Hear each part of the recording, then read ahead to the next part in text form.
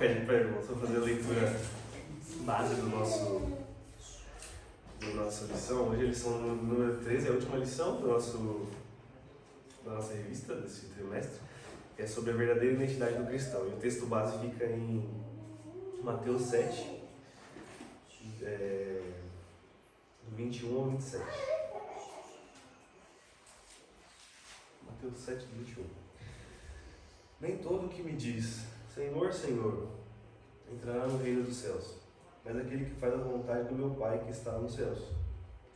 Muitos me dirão naquele dia, Senhor, Senhor, não profetizamos nós em Teu nome, e em Teu nome não expulsamos demônios, e em Teu nome não fizemos muitas maravilhas? E então lhes direi abertamente, nunca vos conheci, apartai-vos de mim, vós que praticais a iniquidade.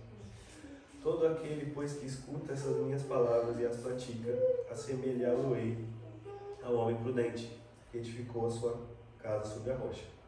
E desceu a chuva, e correram rios, e assopraram ventos, e combateram aquela casa, e não caiu, porque estava edificada sobre a rocha.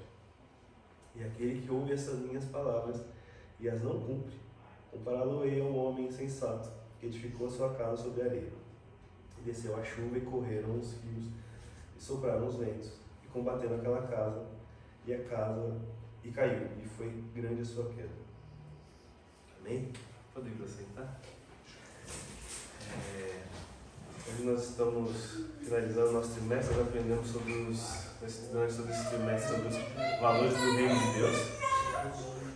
E o textuário, né, da nossa lição foi o primeiro versículo que nós lemos, né, que é Mateus 7, 21. Que diz, né, que nós lemos, né, nem todo que me diz Senhor, Senhor entrará no reino dos céus, mas aquele que faz a vontade do meu Pai que estás nos céus. Então, a verdade aplicada na nossa revista diz que no reino de Deus não basta ouvir para se identificar com o Salvador, é preciso praticar o que se aprendeu. Então, eu gostaria de deixar a pergunta para os irmãos aqui, né? Os irmãos acham que a pregação, milagres ou maravilhas, né, realizadas no nome de Jesus, eles são provas irrefutáveis, não, provas cabais de que essas pessoas são verdadeiros seguidores de Cristo, né? Vocês acham que sim ou que não? Não. Não, né? Qual foi a pergunta? Desculpa. Se pregar, fazer milagres, fazer maravilhas no nome de Jesus é uma prova irrefutável de que você é um discípulo de Jesus, que você é um verdadeiro seguidor de Cristo, que você é cumpridor da palavra. Acho que não. Não, né? Então nós vamos estudar isso. Então, nessa lição, ou baseado nesse texto que nós lemos, nós temos 3 pontos principais, né, que nós vamos abordar, que é sobre a condenação dos falsos seguidores de Jesus, como nós somos alicerçados, né, em quem estamos alicerçados, e Jesus como nossa verdadeira identidade. Os irmãos sabem a definição de identidade, da palavra identidade? Às vezes a gente fica sempre, né? Identidade, a gente sabe que é o nosso RG, né? Aquele documento que, né, mostra que a gente é a gente, né? Mas a identidade tem vários significados. Um deles, claro, é esse, né? É um documento que, ou uma forma de se identificar você, que você é você mesmo, né?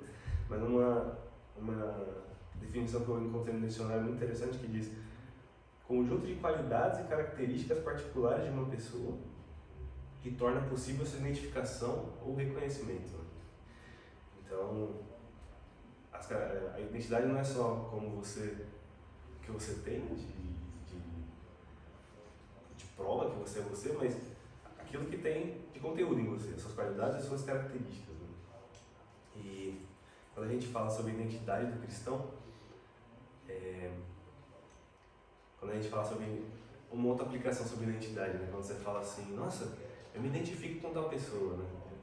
Eu me sinto próximo dela, eu me identifico com ela. Por quê? Porque você tem pontos comuns com aquela pessoa, você tem os mesmos gostos, você tem as mesmas ideias, ou de fato as mesmas qualidades, as mesmas características. E a identidade do cristão é essa, né? A gente tentar se identificar com Jesus, se identificar com o que Jesus ensinou, com como ele viveu, e aí nós tentarmos encontrar em nós mesmos coisas que se assemelham a Ele. Né? Então, nessa lição, Jesus ele começa a dizer sobre pessoas que vão dizer só da boca para fora, digamos assim, Senhor, nós não fizemos milagre em Teu nome. Quer dizer, elas atribuem os seus atos, as suas atitudes que elas tiveram no mundo para poder justificar a sua entrada, né, no reino de Deus, dos céus. E quando Jesus fala naquele dia, ele está dizendo sobre o dia do juízo final, o dia que todos nós seremos julgados. Né? Então, nessa lição a gente vai estudar um pouco a diferença, né, essa diferença de nós sermos cristãos não só de palavras, ou só da boca para fora, ou sermos cristãos também de palavras, mas também de atitudes, né? Que nós não sejamos somente cristãos de palavras, né? Que nosso modo de viver de fato mude e que nós vamos aprender que nós aprendemos na igreja, que nós ouvimos, nós temos que praticar e que esse exercício de ouvir, aprender e praticar, digamos, guardar a palavra no coração é o que vai nos tornar cada vez mais próximos e nos identificarmos cada vez mais com Jesus. Então, como eu disse lá em Mateus 7, nós temos o versículo que diz Senhor, Senhor, onde que diz o reino de Deus ele não consiste só em palavras. O apóstolo Paulo em 1 Coríntios 4, 1 Coríntios 4, 20. 4:20? Isso. Ele vai dizer que o reino de Deus ele não consiste só em palavras. 4:20, isso. Porque o reino de Deus não consiste em palavras, mas em virtude. Em outras versões, né, da tradução, virtude é traduzido como poder. Né? Então, já é um primeiro indicativo de que, de fato, para nós alcançarmos a salvação, o reino de Deus não é só palavras, né? Palavra não é suficiente. Nós temos que... O reino de Deus é muito mais que isso, é muito mais que palavra. Né? E na primeira carta de João 3,18, o apóstolo Paulo também, o apóstolo João nos adverte sobre como nós devemos amar. 1 João 3,18, ele vai dizer: Meus filhinhos, não amemos de palavra, nem de língua, mas por obra e em verdade. Então, quer dizer,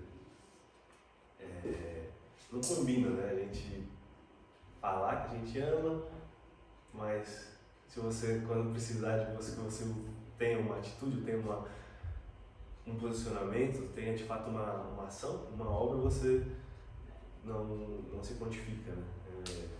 Não combina, né? Você falar que uma pessoa, você chegar para querer falar de Jesus para um morador de rua, por exemplo, sendo que ele está com fome, ele está com frio, não faz, a pessoa, naquele momento ela não está, digamos, com o coração aberto para ouvir. Primeiro você precisa suprir a necessidade física dela, digamos assim, para que ela esteja de fato disposta ou de coração aberto, de uma forma física possível de poder ouvir, né, a palavra. Mas isso é só um exemplo, né? Tem vários outros exemplos sobre o amor. Então a gente não pode simplesmente só amar de palavras, né? Falar, eu amo a igreja, eu amo estar na igreja, mas a gente não vem, não gosta de participar de nada, só gosta de sentar e não fazer nada, e ficar só ouvindo, ou não oferta, não dizima, sei lá, são coisas que são exemplos, né, de atitude só de palavras, né, que a gente pode ter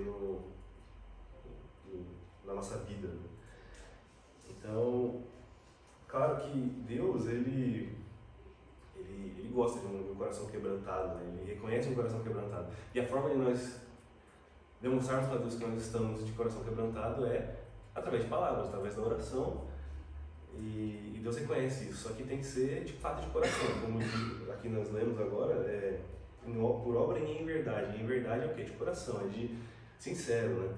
O apóstolo Paulo em Romanos 10, ele vai dizer sobre isso também, sobre palavras de um coração sincero, que Deus ele não rejeita, né? Romanos 10, 9.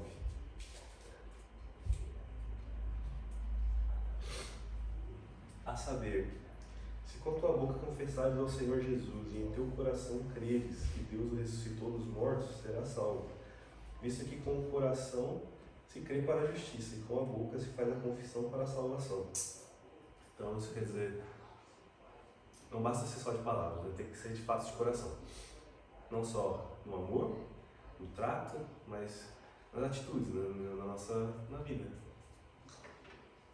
Então podemos dizer que assim, visto que com o coração se crê para a justiça e com a boca se faz confissão para a salvação, é uma coisa, tem que ser uma coisa sincera. Sim. Né? Tipo assim, eu vejo essa coisa de visto que com o coração tem que ser sincero, né? Então assim, também não adianta eu fazer as minhas boas obras na igreja e não estou fazendo com sinceridade, né? Eu acho, e eu acho também justo, assim, eu pensando para achar uma coisa justa, mas se puder. Mas assim, eu acho importante pra gente saber também que tem certas coisas que a gente não pode fazer, que a gente não precisa fazer, que a gente às vezes não quer fazer. E eu acho assim, importante a gente também ter essa consciência, né, de que algumas coisas não é pra gente fazer, e algumas coisas, né, sabe? Sim, eu acredito que de fato tem, a Bíblia fala que cada um foi separado para alguma coisa na obra, né? Cristo é a cabeça e todos fazemos parte do corpo e cada um tem sua função. Da mesma forma que se a gente não tiver um dedinho do pé, a gente vai sentir falta dele, por mais que ele pareça lá não grande coisa, se você não tiver ele, você vai sentir falta, não só no andar, enfim, todo é um corpo, né? Então, de fato, cada um tem a sua atribuição e cada um tem o seu dom, né? De fato, tem uns que têm mais facilidade para ensinar, tem outros que têm facilidade para tocar, facilidade para administrar, facilidade em N funções, né, na obra. E eu acho que sim, nós temos que fazer a obra de forma sincera, não por obrigação, de fato você tem que fazer de coração e se entregar naquilo de uma forma que você de fato se entregue e contribua, não por obrigação, porque eu acredito que é sacrifício de tudo, né? Se a gente faz alguma coisa por obrigação ou porque alguém está pressionando, se seu coração não está naquilo, eu acho que é meio perda de tempo, assim, é em vão, né? É em vão, né? Porque Jesus eu acredito que Deus não receba esse sacrifício. Eu acho que a gente vê, pode ser que, não sei se eu estou relacionando certo, mas acho que a gente vê isso, muitas vezes a gente prega sobre a salvação, como diz, né, com a boca fala e com o coração você tem que crer. E geralmente, às vezes você passa por momentos difíceis, aí você vê que a pessoa totalmente apavorada, falando, fulano, calma, você tem um Deus está ali, não precisa apavorar. Você tem que, com a boca, são duas coisas, você tem que crer, né, com a justiça, mas você também, você fala de uma coisa, às vezes você está falando de uma segurança que você não tem, né? De fato, isso que você fala de uma segurança que você não tem, né? Porque eu estava até lendo um texto sobre isso durante a semana, sobre o descansar em Deus, né? A gente, o texto dizia que o tamanho da nossa fé vai mostrar o quanto a gente confia em Deus.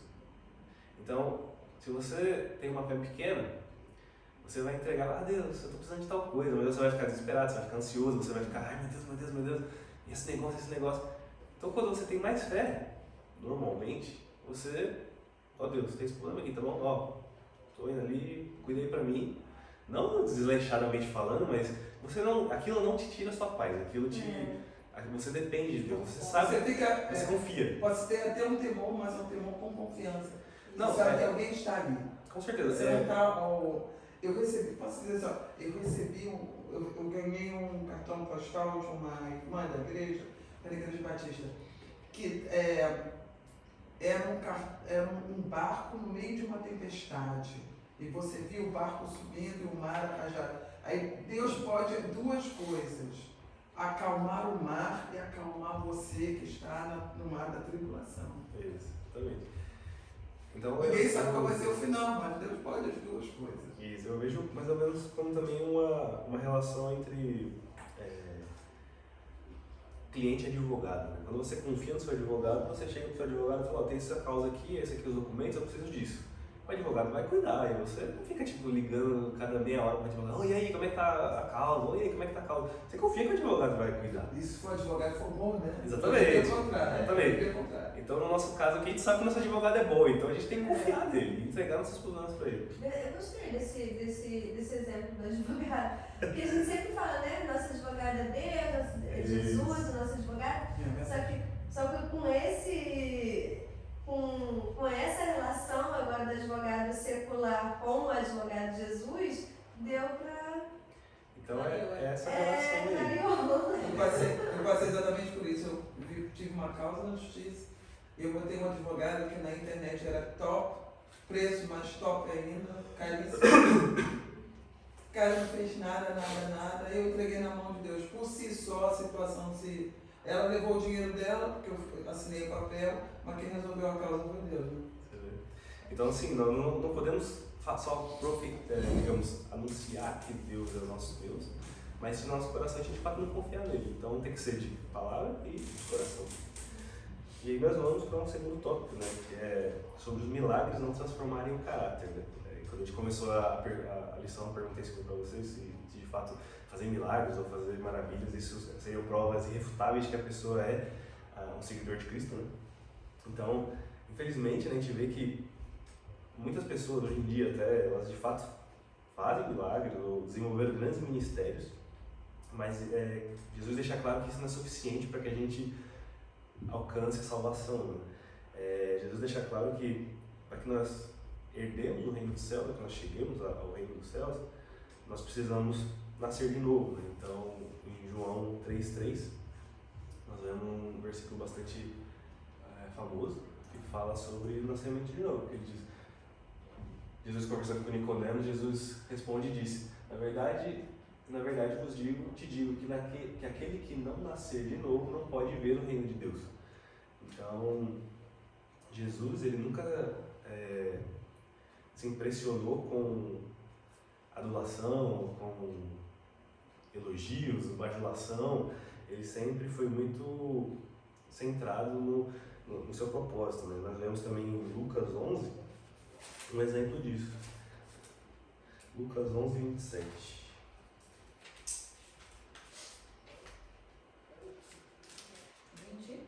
Lucas 11, 27.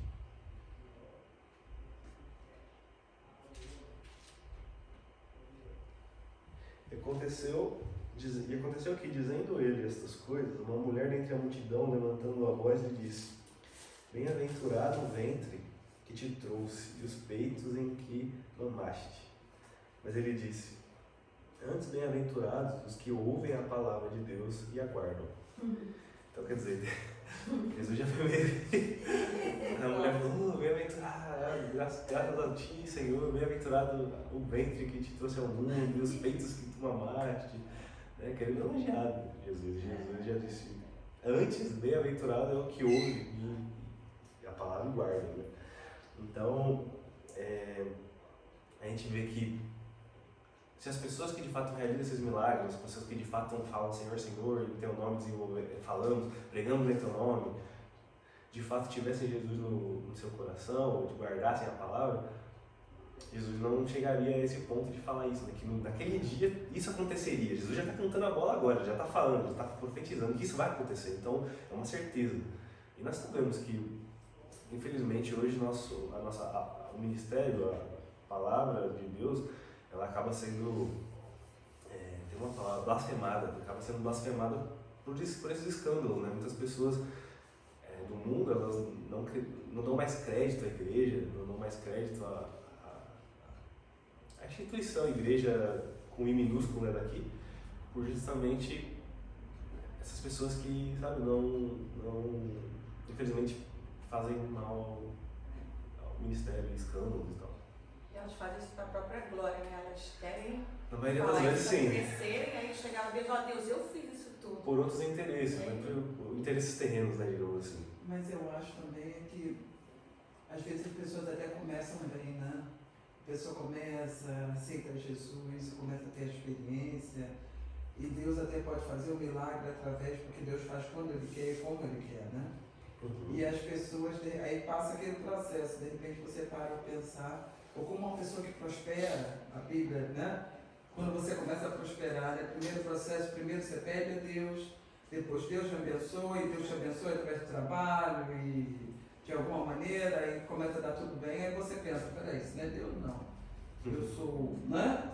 Você esquece, aí nesse processo aí você fica, isso pode acontecer com o pastor, pode acontecer dentro como missionário, pode acontecer com nós como pessoas qualquer, uma pessoa num carro, esse é o perigo, né? Todos nós somos pecadores, nós estamos sujeitos a pecar, né? Nós estamos nesse mundo, nós nascemos já pecadores e vamos morrer pecadores. Só que o que a gente precisa se atentar é que a salvação não é uma garantia no sentido de, oh, beleza, aceitei Jesus, estou salvo, né?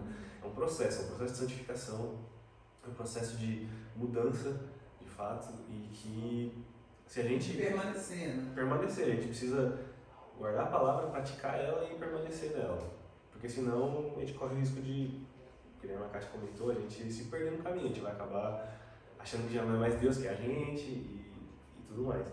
Então, Jesus sempre deixa bem claro, né? Mas isso também vem do homem, né? Por exemplo, se você der uma aula boa, aí todo mundo vai, poxa, mas a Paula foi muito boa, né? Mas você, né? Poxa, a irmã ali, ela faz também, eu não sei. Aí a pessoa vai inchando, né? Vai inchando. É aquela coisa, se você não tiver um contato verdadeiramente com Deus, para você baixar a bola no bom português. Não, tem uma passagem na Bíblia que Deus, ele resiste ao soberbo, né?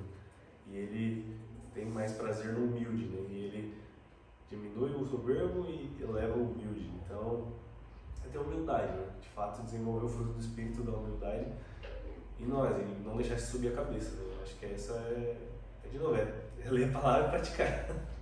Entendeu? Tudo passa por isso. Então, de fato, ler querendo aprender, não ler para você se justificar. Sem dúvida. Então, Jesus deixa bem claro que os milagres realizados, né, eles não são provas cabais que a pessoa é um discípulo, e que os milagres eles são sempre realizados não pela pessoa, mas os milagres que existem, os milagres que acontecem, são realizados por Deus, né, por Jesus através do Espírito Santo. O próprio Jesus, quando realizou os milagres, ele realizou os milagres aqui na Terra através do Espírito Santo. Então, a pessoa que está sendo um canal, né, através da vida dela, talvez de uma oração, talvez de um momento ali que ela está levantando a mão e Deus pode de fato realizar um milagre, o Espírito Santo pode realizar um milagre de curar, mas aquilo não é atribuído à pessoa. Ela não pode nunca pensar que ela é a pessoa que está realizando o milagre está sendo realizado porque o Espírito Santo quer que isso aconteça. E ela está sendo só o canal, só o meio. E é nessa que as pessoas podem se perder. Né? Então, esses falsos seguidores de Jesus, eles serão desmascarados, né, e não vão entrar no reino de Deus. Tem uma leitura relativamente longa, que eu não sei se dá tempo da gente ler, mas vamos tentar. Fica em Mateus 25, 31, que vai exemplificar bem isso. Mateus 25, 31.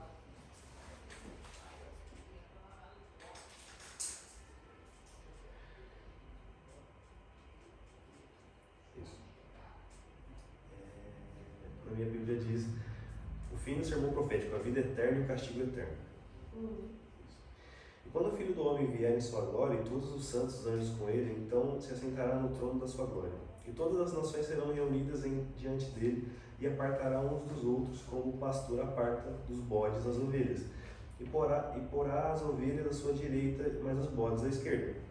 Então dirá o rei aos que estiverem à sua direita: vinde, benditos do meu Pai, porque por herança o reino que vos está preparado desde a fundação do mundo. Porque tive fome, deste-me de comer, tive sede, deste-me de beber, era estrangeiro e hospedaste-me. Estava nu e vestistes-me, adoeci e visitastes-me, estive na prisão e fostes ver-me. Então os justos lhe responderão, dizendo: Senhor, quando te vimos com fome te demos de comer, ou com sede te demos de beber? E quando te vimos estrangeiro e te hospedamos, ou nu e te vestimos? Né? Não estava entendendo. E quando te vimos enfermo ou na prisão e fomos ver-te? E respondendo o rei lhes dirá: em verdade vos digo que quando fizeste a um desses meus pequeninos irmãos, a mim o fizeste. Então dirá também aos que estiverem à sua esquerda: apartai-vos de mim, malditos, para o fogo eterno, preparado para o diabo e os anjos. Porque tive fome e não me deste de comer, tive sede e não me deste de beber. Sendo estrangeiro, não me recolhestes, estando nu, não me vestistes, e enfermo e na prisão não me visitastes. Então eles também lhes responderão dizendo: Senhor, quando te vimos com fome, ou com sede, ou estrangeiro, ou nu, ou enfermo, ou na prisão, e não te servimos? Então ele responderá dizendo: na verdade vos digo que quando a um destes pequeninos o não fizestes, não o fizestes a mim. E irão estes para o tormento eterno, mas os justos para a vida eterna. Uau. Então, Jesus deixa bem claro aqui que quando a gente faz alguma coisa para o próximo, né, quando a gente faz uma obra, não que a salvação seja através da obra, né, mas a fé e a obra elas são complementares, né, elas se complementam. Né?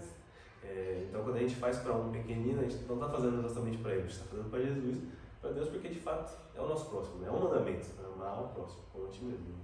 O interessante é que eu achei interessante. Você pode voltar ao começo desse texto? 31?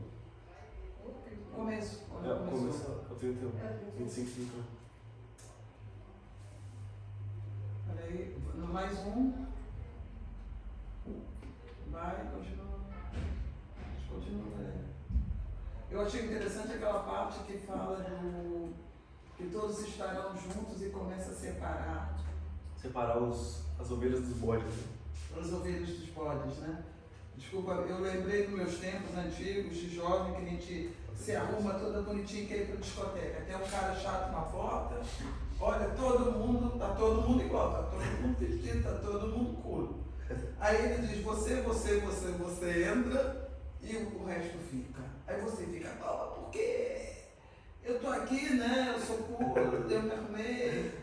E aí você fica todo mundo fica com raiva. A famoso haiterista. O dinheiro eu paguei, né? Eu acho que vai ser uma situação, ninguém sabe, né? Tá todo mundo junto, ninguém sabe, de repente ele diz você.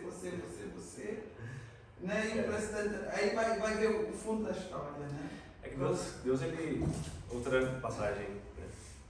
Aqui fazendo uma ramificação aqui. Quando Samuel foi. Não é nomear, digamos assim, ungir Davi rei. Ele chegou e viu os filhos mais bonitos de Jessé e disse: nossa, Os melhores, né? esse aqui Aí Deus falou: não é esse. E até que veio Davi e falou: não, nem mesmo. chamou Davi, não foi no final. Chamaram Davi, então imagina, ele vindo sujo, com a roupa toda lascada, fedido, né? Tava trabalhando no campo e tal. Nem foi chamado por então, assim, esse é o bom. Deus, ele conhece o coração, ele não julga. Ele não julga o que você diz de fazer, o que você falou, o que você fez, ou outra referência, né?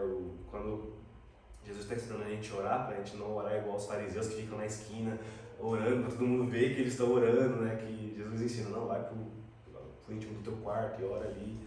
Então, Deus sabe que quando é de coração de fato, e Ele conhece o seu coração, Ele sabe o que você fez e o que você não fez.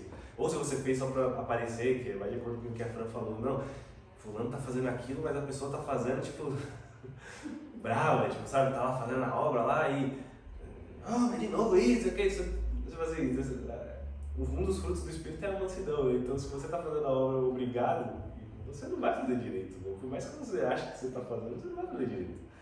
Então, esse é já é um gancho para o próximo ponto, que a gente tem que estar atento de fato a esses movimentos, igrejas, denominações que focam só no milagre, no Cristo do movimento, né? Ou Cristo que eles focam no milagre, nas maravilhas, mas não focam em desenvolver o cristão como a Bíblia nos ensina. Né? O apóstolo Paulo vai dizer em Gálatas 5 justamente a importância, né, de se desenvolver os frutos do Espírito. Né? Gálatas 5, 22. Mas o fruto do Espírito é caridade, gozo, paz, longanimidade, benignidade, bondade, fé, mansidão e temperança. Contra essas coisas não há lei. E os que são de Cristo crucificaram a carne com suas paixões e concupiscências. Então, nós como cristãos nós precisamos estar atentos a isso. De fato, as maravilhas, os milagres são, digamos, eu imagino que são, eu entendo que são as consequências, né, de uma vida no altar, de uma vida consagrada a Deus, e não é porque você quer, mas se tiver um propósito, o Espírito Santo de fato quiser que isso aconteça, ele vai realizar um milagre. Mas que isso não é prova definitiva de que aquela pessoa que está sendo usada naquele momento, está sendo um canal de bênção para uma pessoa naquele momento, é de fato uma seguidora de Cristo. Talvez Cristo está só permitindo que aquilo aconteça pela pessoa que está recebendo o milagre, mas não por quem está operando o milagre, digamos assim. Operando por ser um canal. Às vezes não é de Cristo o milagre. Exatamente, ou pode ser de fato não de Cristo, seja uma coisa terrena que a gente imagina que seja de Cristo, que seja da igreja. Já também faz maravilhas. Pois é. Então, no terceiro ponto desse primeiro tópico, nós vamos ver sobre como que nós temos que fazer a vontade de Deus, né? Fazer a vontade do nosso Pai. Quando nós somos chamados de discípulos ou filhos de Deus, nós temos que estar... Um filho bom, ele obedece, né? Então nós temos que estar dispostos a obedecer ao nosso Deus, né? E Jesus, ele foi o nosso maior exemplo de obediência, né? Não só por ele ter deixado a sua glória e ter vindo para a terra, passar por tudo que ele passou, morte de cruz, mas ele sempre deixou muito claro que a vontade de Deus fosse feita, né? Em Mateus 26, nós vemos Mateus 26, 39. Nós vemos mais uma vez Jesus deixando isso claro, a sua obediência, né? 26, 39.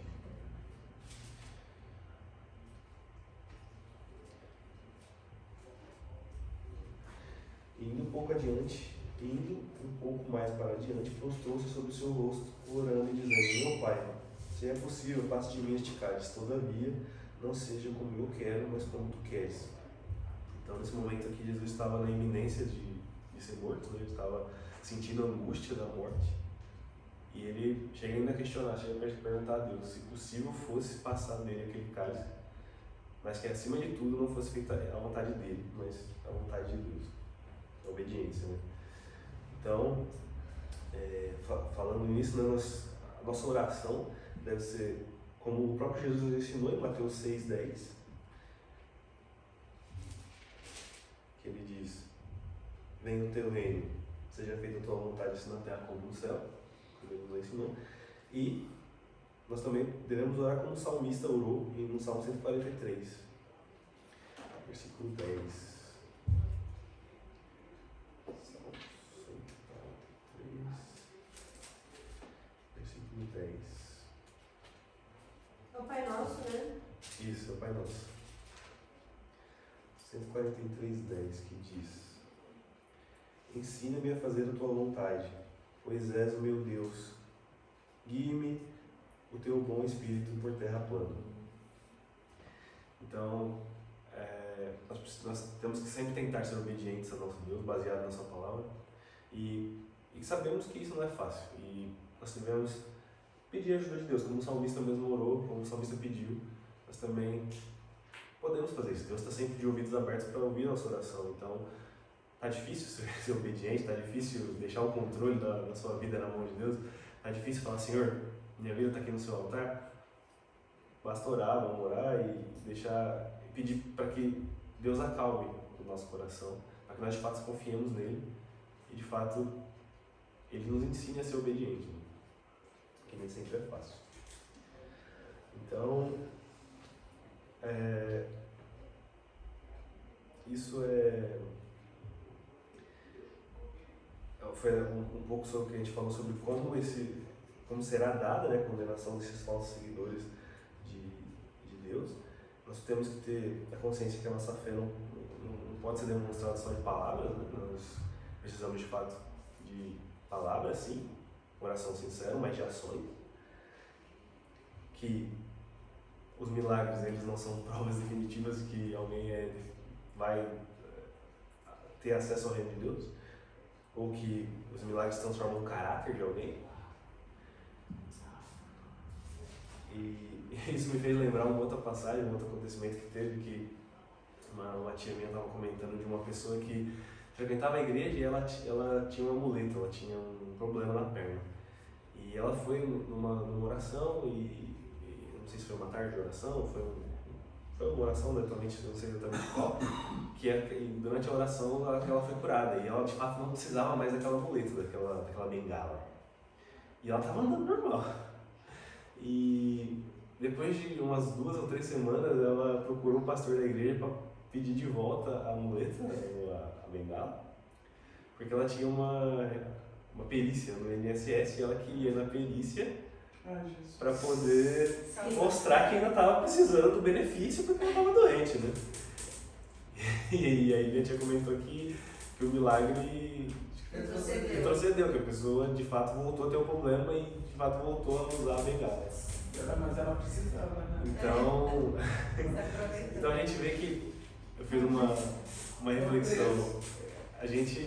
O milagre não transforma o caráter não só de quem, digamos assim, está sendo canal de bênção para realizar, mas o milagre vivido também não transforma, porque várias pessoas viram Jesus fazendo milagres, várias pessoas viram Jesus fazendo maravilhas e nem todas creram, nem todas se converteram, muitas sim, mas nem todas se converteram. Então o milagre por si só, ele não transforma o caráter da pessoa, não muda muitas das vezes o caráter da pessoa. E eu acredito que assim, com o milagre também vem as consequências do milagre. No caso dessa senhora aí, a consequência seria que ela teria, na verdade, ela teria que ter ido para essa perícia e falado, olha, eu fui curada por Jesus, Jesus me curou e por isso estou curada, não preciso mais do na benefício. verdade, eu não agora eu vou preciso trabalhar. mais. Na verdade, eu não preciso mais. E quem sabe Deus não teria feito um milagre maior, né? Mas aí vem aquela coisa da nossa fé, né? Que a nossa fé é tão pequenininha, né? Que a gente às vezes esquece o que Deus pode fazer. E tem que ter coragem para pedir um milagre e ter as consequências do milagre, né? Mas o que mais me assusta é isso, é a pessoa não ter mudado a natureza, né? Porque se você acredita em Deus, se você de fato acredita que você estuda a palavra, você vê que a honestidade é a base da vida cristã. Você não mentir digamos, capítulo 1 do capítulo, como ser um cristão, o manual é o primeiro capítulo, né? Eu não sei, mas eu, lembrando de uma lição de 2 semanas aqui, assim, a gente não deve julgar, né? Eu fico pensando nessa perspectiva da Alemanha, que qualquer coisa o Estado pula, né? E você, na realidade, fazendo ou não fazendo, o dinheiro vai estar na mesa, a casa vai ser paga, o seguro de saúde. No Brasil é uma coisa dura, né? Você sabe que é dura. Eu não quero julgar, mas apesar de todas as situações, nós temos que tomar uma posição, mesmo quando talvez ela tivesse que trabalhar, talvez ela tivesse, aí é que está, né? Até que ponto a gente está, ela quis pegar a bênção, mas não estava preparada para viver as consequências. Sim. Talvez aquele problema, talvez não tinha sido, o milagre foi um problema, não foi a solução. Entendi seu ponto de vista, entendi. Né? De fato. Será que ela precisava desse milagre? Bom, eu imagino que normalmente quando se busca o milagre, quer dizer, quando você recebe o milagre, você estava buscando o milagre, né? Então, claro, talvez ela não estivesse preparada, como você disse, para as consequências, tipo, de fato, beleza, eu estou saudável, eu tenho que trabalhar. Só que eu acho que o problema aí é a mentira, né? Sim, mas eu digo, às vezes você está preparado. Às vezes a gente tem um problema, a mulher quer se separar do marido, né? Quer fulano para ele, não é? Ele é assim, mas será que você vai viver sem ele? Então, às vezes é melhor administrar do jeito, vai levando. Sim. Tem um livro bem pequenininho que eu não lembro agora, mas que conta justamente a história, acho que de Onésimo. Eu não posso falar, senão eu vou acabar falando errado, mas depois eu posso pesquisar e comentar com as irmãs. É um livro que fala justamente sobre um servo, que ele era escravo e ele cansa daquela vida de escravo. Escravo assim, né? Ele era um servo, ele morava numa fazenda, tinha a sua casinha com a sua esposa, tinha uma vida boa, mas ele era um servo de um senhor maior. E ele cansa dessa vida e ele foge. E aí ele é preso e aí ele se lasca, digamos assim. E aí, depois, Paulo faz uma carta de recomendação para ele e ele volta. É o 10, né? É o 10º, né? E ele volta para a casa do seu senhor com a carta de Paulo, de dando recomendações a ele. E Paulo diz: ó, recebe meu irmão 10º, assim, como se fosse eu e tal.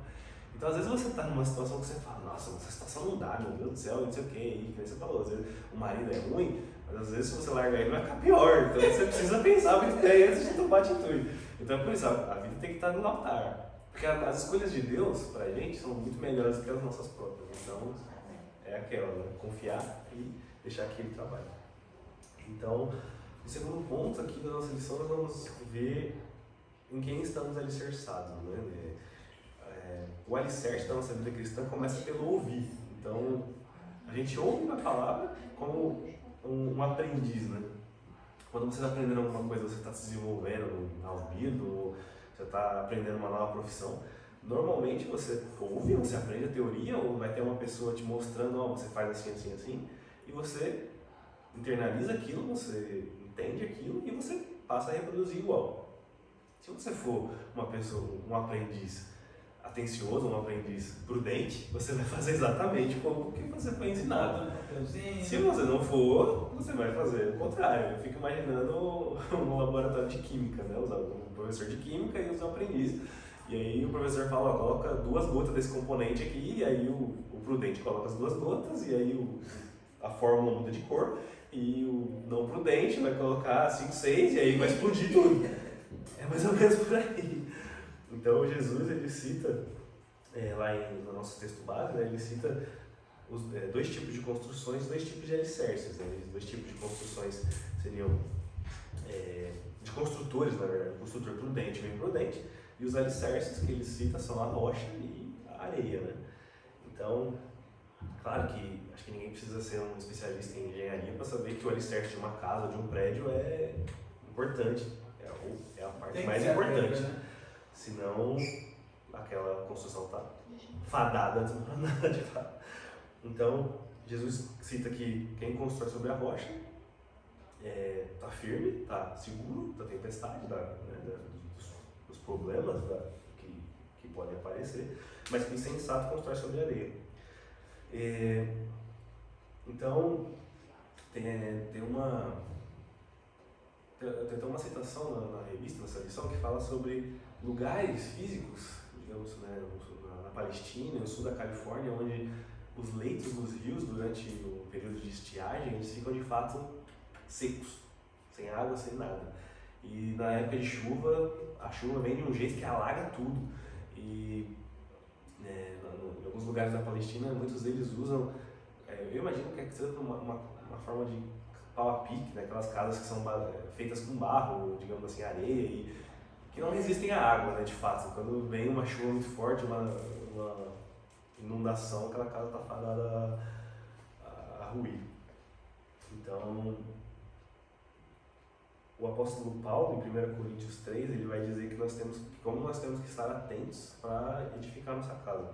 1 Coríntios 3, 10.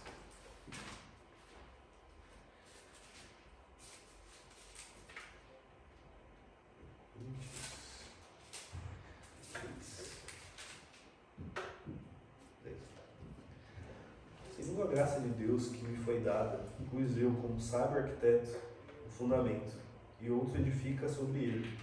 Mas veja cada um como edifica sobre ele.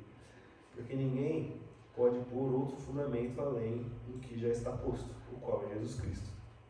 Então, nós sabemos que a rocha é Jesus, o fundamento é Ele.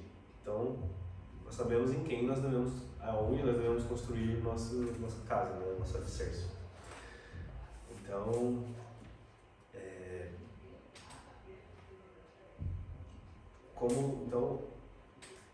como bons aprendizes, como bons aprendizes, né, nós temos que ouvir a palavra, nós temos que internalizar ela E quando for praticar, saber como vai praticar, sendo prudente. E nós vemos aqui a relevância do praticar, né? Como que nós devemos praticar esse aprendizado, né? Porque de nada adianta você vir para a igreja, ouvir a palavra, você, digamos, estudar, só que quando você tem uma oportunidade de botar em prática aquilo que você aprendeu, você não bota. Então é por isso que a gente sempre fala que a gente guardar a palavra no coração, porque se a palavra está no coração, você de fato vai viver aquilo.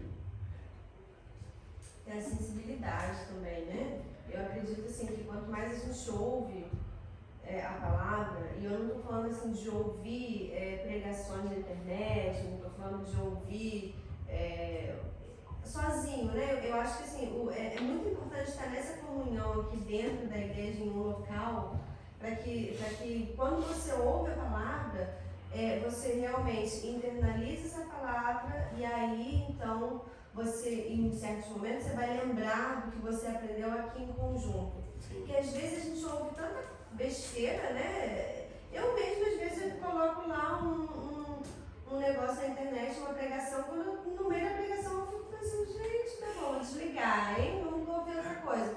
Porque assim, às vezes são coisas que não tem nada a ver, né? Na verdade, com o que a gente aprende. E a gente estando aqui dentro, comendo de uma só comida, eu acredito que aí a gente fique sensível para poder discernir desses fast food que a gente fica comendo por aí. Essa né? é a grande diferença, né? Você está disposto a aprender, porque você vê a grande maioria, infelizmente, a grande maioria das pessoas, dos crentes, não estou nem falando de pessoas que não são convertidas, pessoas que já têm uma caminhada com Deus há muito tempo, ninguém quer acordar de domingo cedo. E no Brasil, a escola dominical é relativamente mais cedo que aqui. A escola dominical começa às 8h30, 9h.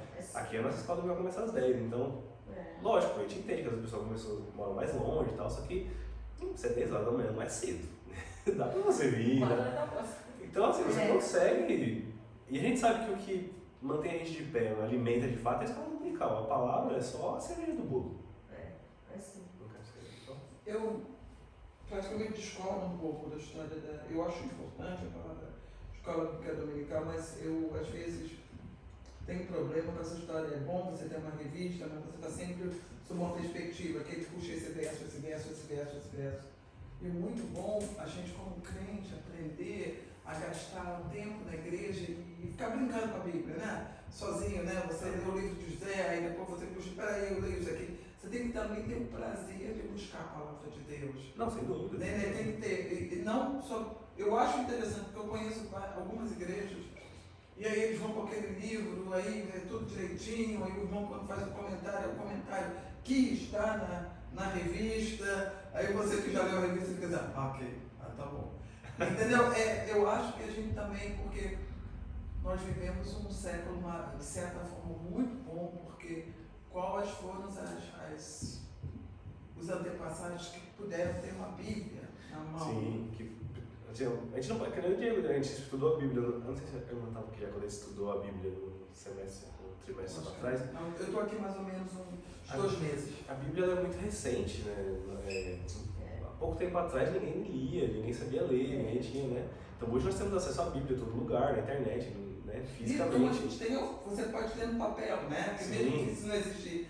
E Mas é aquela coisa de você ouvir, né? Você... O que eu entendo do comentário da Fran é justamente isso. Você está preparado para saber quando aquilo que você está ouvindo é de fato uma coisa que está na Bíblia e não está. Então, assim, a única forma de você se proteger disso, né, de falar, essa pregação, mas não estou falando só pregação na internet, estou falando até a nossa. Se a gente vir pregar aqui qualquer coisa que não tiver na Bíblia... Não, mas se você não ler, pesquisar e ficar... Você não vai saber, exatamente. Então, a forma de você se proteger disso com certeza, em casa, lendo, meditando, como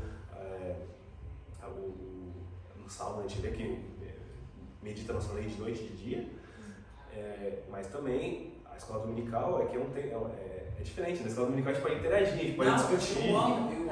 É a base, né? Não, É a base, eu amo né? a escola dominical. Então, Mas o contexto, eu acho que é fabuloso, eu gosto muito, por isso eu estou sempre aqui, eu gosto muito, já fico esperando a semana para vir.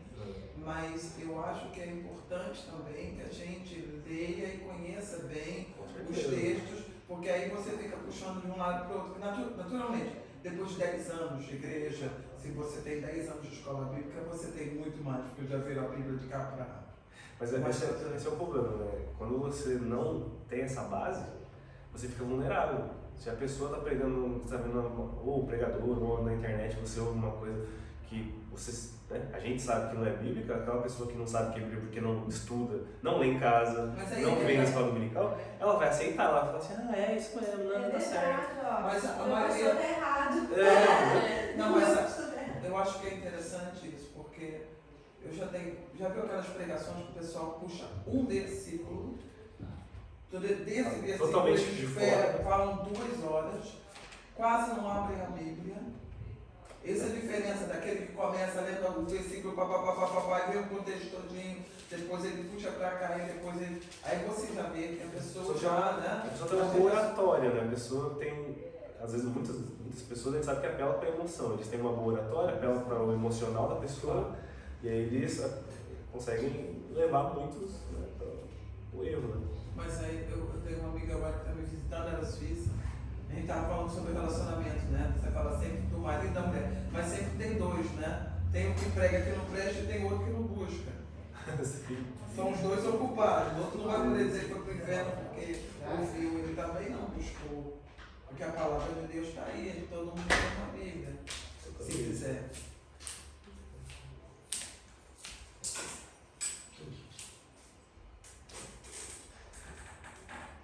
Eu tinha remarcado uma referência aqui que eu acho que nós falamos isso, né?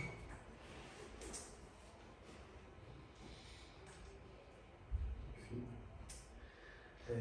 Tá. Então, é por isso, né, que a gente, essa é a importância da gente praticar não só a leitura da Bíblia para a gente estar preparado para esse tipo de coisa, né? Preparado para esses falsos ensinamentos. E a Bíblia diz, é muito claro disso, se não me engano, não sei se eu vou conseguir encontrar agora, mas fica em 2 Pedro, ele alerta a gente sobre esses falsos profetas, isso eu acho, ou falsos ensinamentos, né?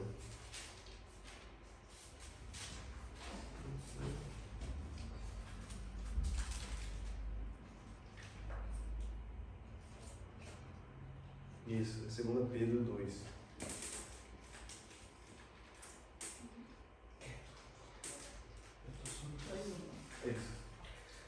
E também houve entre o povo falsos profetas como entre vós. Haverá também falsos doutores, que introduzirão encobertamente heresias de perdição e negarão o Senhor que os resgatou, trazendo sobre si mesmos repentina perdição. E muitos seguirão as suas dissoluções, pelos quais será blasfemado o caminho da verdade. E por avareza farão de vós negócio com palavras fingidas, sobre os quais já de largo tempo não será tardia a sentença e a sua perdição não dormita. Então aqui o apóstolo Pedro já está falando que isso já existia naquela época, hoje continua tendo.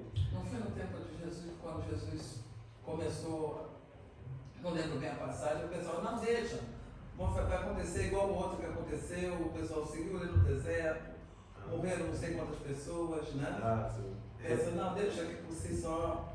Mas o que eu quero dizer é isso, os falsos profetas, os falsos ensinamentos, ou pessoas que usam a palavra para o seu benefício próprio, por avareza, é dinheiro, né? Pelo interesse financeiro. Já existia e continua existindo. E a única forma de a gente se proteger é a palavra. Proteger Deus. Então, indo para o último tópico da nossa lição, a gente vê o Jesus como nosso maior exemplo, né? Para que nós nos identifiquemos com ele, para que Jesus é a nossa verdadeira identidade. E Jesus, ele foi o maior pregador, né? Digamos, tudo que ele diz durante nós podemos analisar em todos os evangelhos, são palavras de vida, são palavras que nos ensinam e nos guiam, né? Como já foi ensinado aqui na escola dominical, em outros trimestres, né? A lei, antes de Jesus vir, a lei ela servia de aio, né? Ela servia de mordomo, ela servia de guia para que as pessoas alcançassem a salvação. Mas depois que Jesus veio, a lei não foi abolida, né? Jesus mesmo disse que ele não veio para abnegar a lei, mas para cumprir a lei.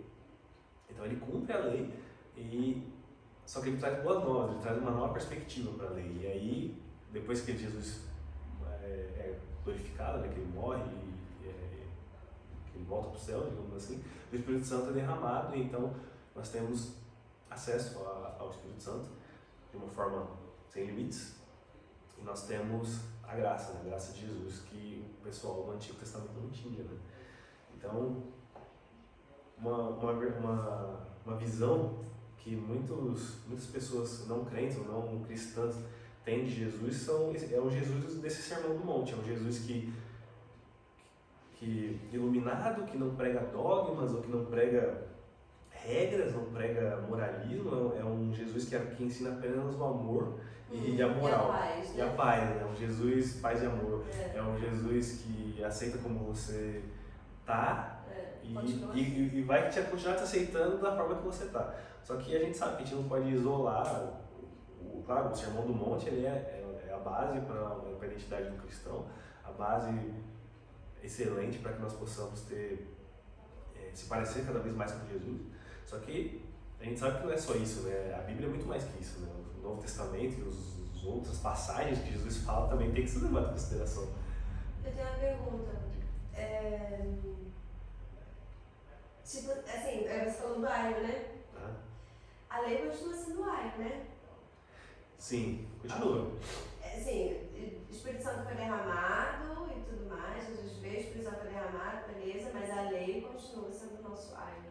Sim, só que, como a gente estudou também, algumas partes da lei, elas não são continua. válidas, né? Pra gente mais, digamos assim, a parte cerimonial. Sim, a parte do holocausto, do negócio lá. A vinda de Jesus meio que...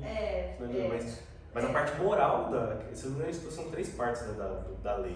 Né? A moral, eu tô lembrando também. É a moral, Diego. Vai, Diego, a gente tá aqui, tá? Tá aqui. Tem a moral, a moral é a que permanece, isso, que não então, mudou, que é o nosso é a moral de aio Deus. hoje, né? A divina, né? A cerimonial que caiu, digamos assim. Moral, cerimonial e tem divina. Não, a divina é a moral. É que tem aquela da lei, digamos assim, esqueci o termo para isso, é cívica, a lei cívica.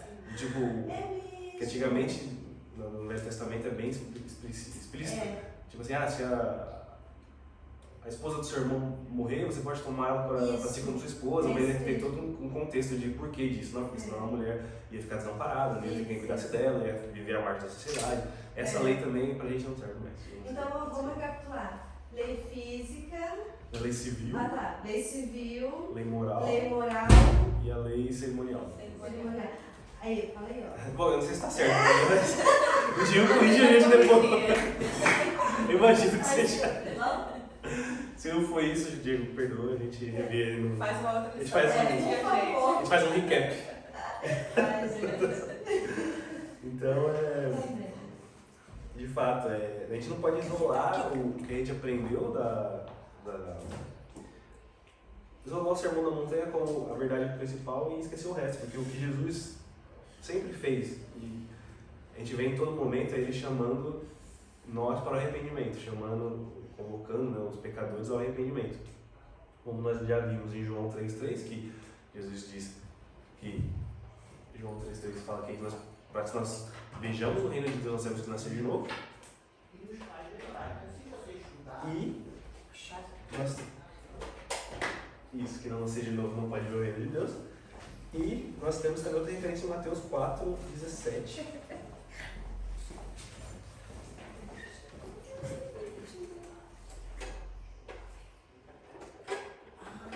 Mateus 4,17. Mateus 4,17.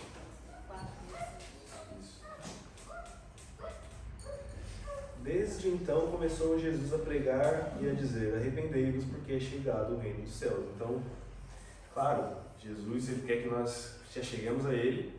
Claro que nós não vamos se achegar a Ele perfeito, nós temos nossos defeitos, somos pecadores, e é para os pecadores mesmo que Jesus veio, mas que nós temos que, de fato, mudar nosso caminho, se arrepender e ter uma mudança, né? Uma mudança de vida, mudança do nosso estilo de vida. Então é tudo um complemento, né? Tudo começa pelo ouvir, pelo internalizar a sua palavra e ter Jesus como exemplo. Ser obediente à sua palavra, ter Jesus como exemplo e deixar que a mudança aconteça nas nossas vidas. E concluindo, né, o Sermão da Montanha, Jesus sempre deixou muito claro a sua autoridade, né? As pessoas, elas ficavam maravilhadas. Toda vez que Jesus terminava um sermão, terminava um discurso, as pessoas elas ficavam maravilhadas, né? Não, o interessante é que essa boas novas, né, de arrependidos porque chegaram o reino dos céus, João Batista já pregava, né? Sim. Quer dizer que na realidade o judeu não era algo novo, ele só estava trazendo a lembrança, né? Já Não tem, era algo novo. desde Isaías, na verdade, já também sido profetizado o Messias. Era esse chamado e conosco também é o mesmo atual, né? Interessante isso aqui, continua sendo atual. Isso, com certeza. Então, a gente vê lá em Mateus 28, 18, da autoridade de Jesus, né? Mateus 28, 18. Chegando-se Jesus, falou-lhes dizendo: é-me dado todo o poder no céu e na terra. Então, isso era divino, né? Essa autoridade de Jesus, como ele ensinava, esse conhecimento que ele teve, a gente sabe que é uma coisa divina, não é uma coisa terrena, né? A gente sabe que é uma coisa sobrenatural. Então, nós somos chamados pela palavra de Deus a reconhecer que a autoridade para pregar e para evangelizar vem de Jesus e que a sua palavra é viva, né? Então, quando Jesus, se nós somos convocados a sermos parecidos com Jesus, nós somos ensinados e orientados a termos identidade com Jesus, sermos mais parecidos com Ele possível. A parte do ensinar com autoridade e evangelizar também faz parte disso. Somos seguidores dele, então nós temos que espalhar as boas novas, né? Sempre que possível, pregar o evangelho. E ter certeza que não é pela gente, mas sim pela palavra, né? Em Hebreus 4, 12, a gente vai ver que sobre o poder da palavra.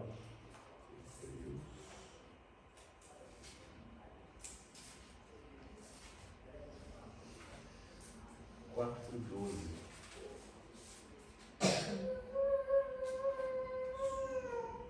Porque a palavra de Deus é viva e eficaz, e mais penetrante do que a espada alguma de 2 gumes, e penetra até a divisão da alma e do espírito, e das juntas e medulas, e é apta para discernir os pensamentos e intenções do coração. Então, quando a gente pensa, né, sobre beleza, eu quero ser seguidor de Jesus, então eu vou ouvir a palavra, vou tentar ser igual a Jesus e desenvolver os frutos do Espírito. Isso se você conseguir fazer isso, já está fazendo 90%, já está conseguindo fazer muito, que não é uma coisa fácil desenvolver os frutos do Espírito, mas Jesus também nos chamou para trazer as boas novas, para poder pregar o Evangelho, para poder alcançar novos pecadores, alcançar novas pessoas, e o que nós temos como suporte, nós temos como ferramenta é a palavra de Deus, né? A palavra de Deus que é viva e eficaz. Então, espalhar as boas novas nunca, como a gente aprendeu nas lições anteriores, coisa boa nunca vem da gente, sempre vem do Espírito Santo. Então, o que a gente faz de bom não vai ser pela gente, isso a gente nunca pode se deixar subir para a nossa cabeça, mas vai vir do Espírito Santo, vai vir de Jesus, vai vir da palavra dele, que é viva. E Jesus ele se mostra que ele é o maior exemplo para a nossa identidade, né, como cristão. Ele é o exemplo máximo para que nós se identifiquemos com ele, mas que nós tenhamos ele como uma identidade do cristão.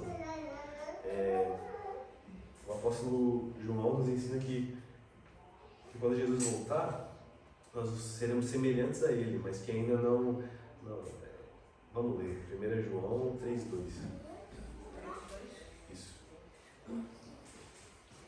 Amados, agora somos filhos de Deus e ainda não é manifestado o que havemos de ser.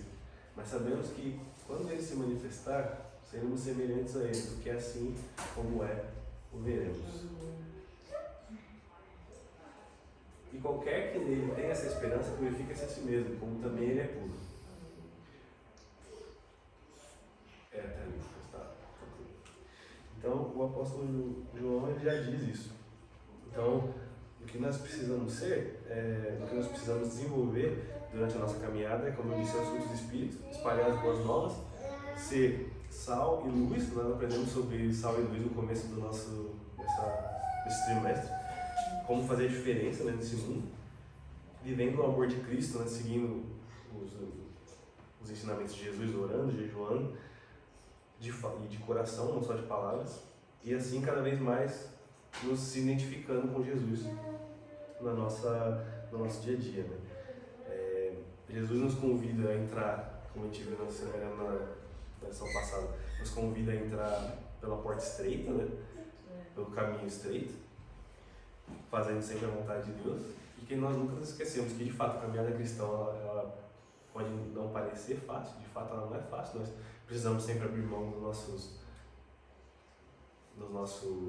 digamos, das nossas certezas, das nossas vontades, né, para fazer a vontade de Deus, mas que nós tenhamos sempre a certeza de que isso tem uma recompensa. A obediência de Jesus foi recompensada, a nossa obediência será recompensada, os caminhos de Deus são melhores que os nossos, e que, apesar do caminho ser estreito, quem está com ele, quem está no caminho com a gente é Jesus. Então isso torna muito mais fácil. Então, o Sermão do Monte, ele é um sermão para ser posto em prática, não só para ouvir, mas para a gente, de fato, não só admirar ou debater, mas a gente tem que, de fato, pôr em prática aquilo que a gente leu durante o Sermão do Monte. Começa no capítulo 5 ao 7, então a gente tem que... Deixa eu ver se não estou falando coisa errada aqui, né?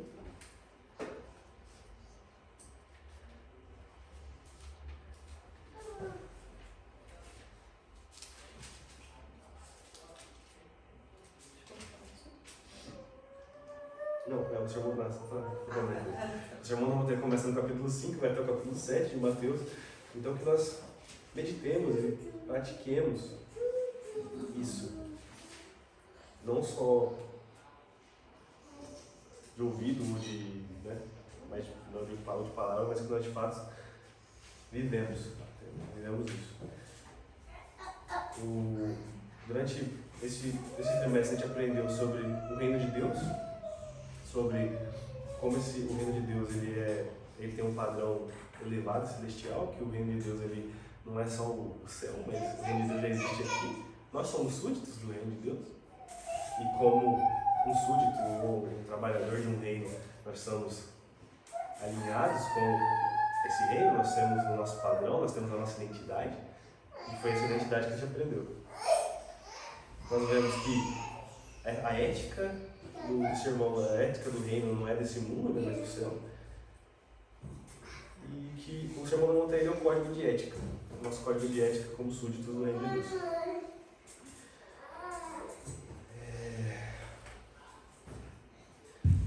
Como é que é o código de ética? Isso. O Sermão do Monte é o código de ética dos súditos do reino de Deus. Obrigada. Isso. Então nosso dever, digamos assim, conhecer esse código de ética.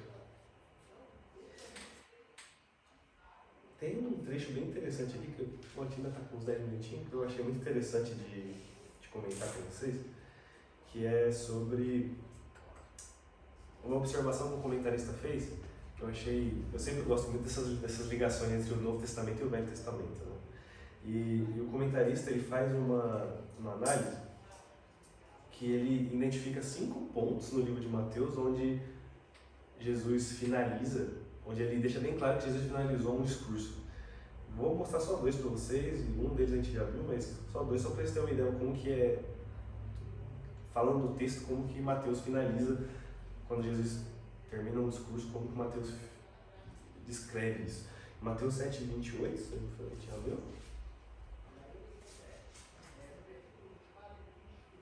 E aconteceu que, concluindo Jesus esse discurso, esse é um. O próximo é Mateus 11:1.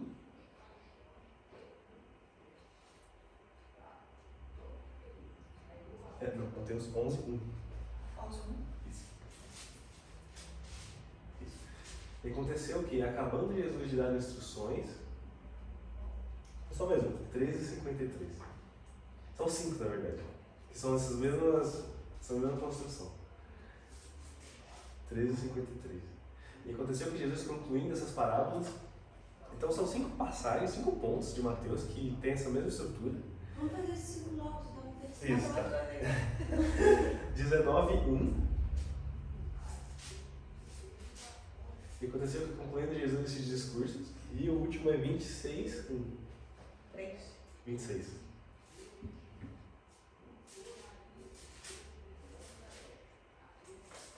E aconteceu que quando Jesus concluiu todos esses discursos. São todos em Mateus? Todos em Mateus. Todos em Mateus. São 5 pontos. E aí o comentarista ele faz uma ligação, uma interpretação de que cada uma essas 5 finalizações de orientação, claro que quando a gente lê cada um desses versículos, para trás tem todo o contexto do que Jesus estava falando, do que Jesus estava ensinando. Então são 5 vezes isso, pelo menos, né? E cada uma desses trechos remete a um livro do Pentateuco, que é a lei. Então é Gênesis, Êxodo. Então cada um dos livros, os 5 primeiros livros da Bíblia, que é a lei, que é a Torá, digamos assim, Jesus veio para cumprir a lei, e Jesus deixa claro que Jesus é o novo Moisés, digamos assim, porque Moisés escreveu os 5 primeiros livros, né?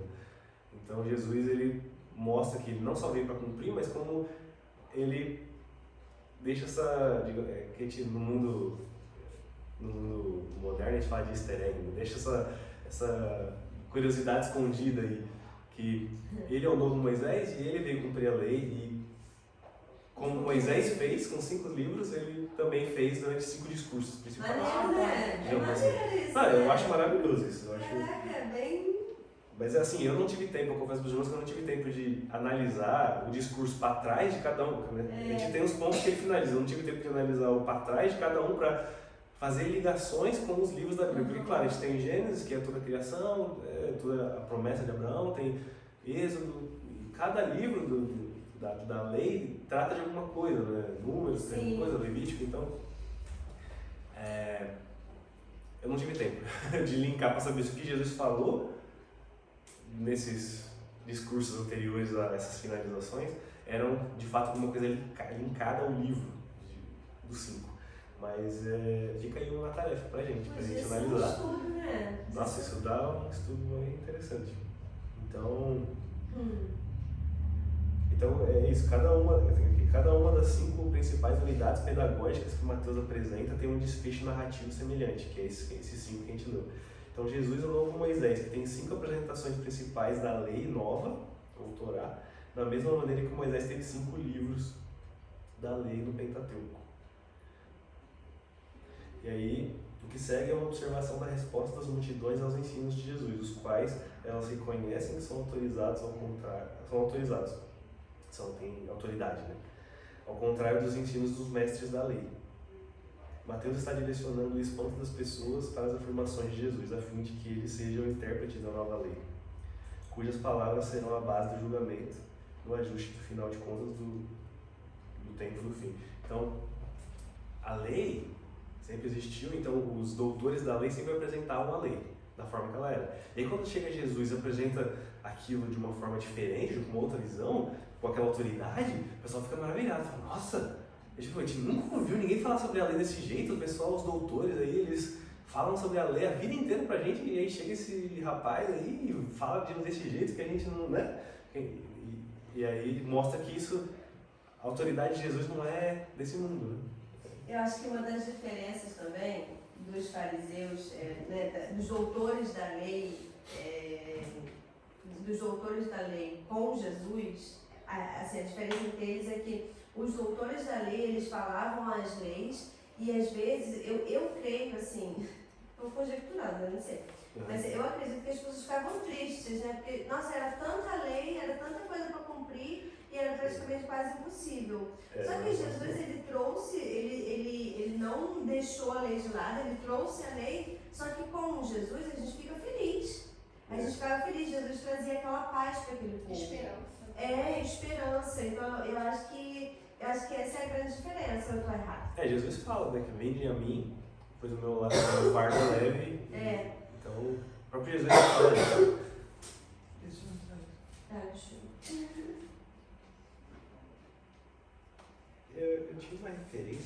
sobre o Vic, que não é citado na revista. Eu vou ver se eu encontro aqui.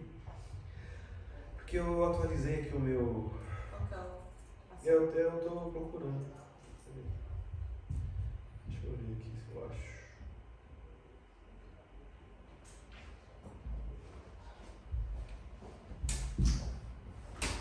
um pedaço mais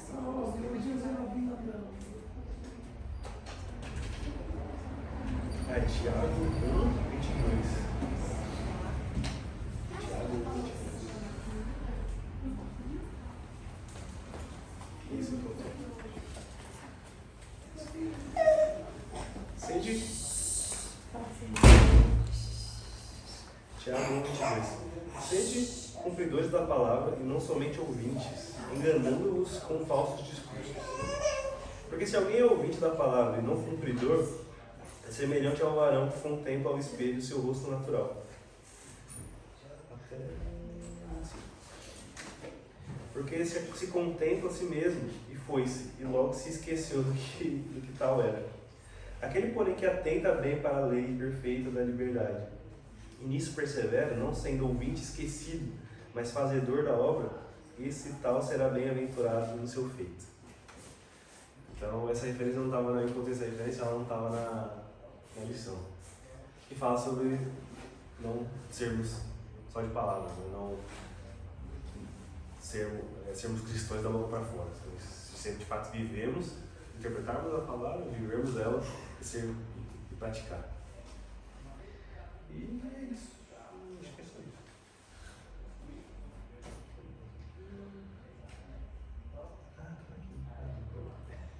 Amém? Amém?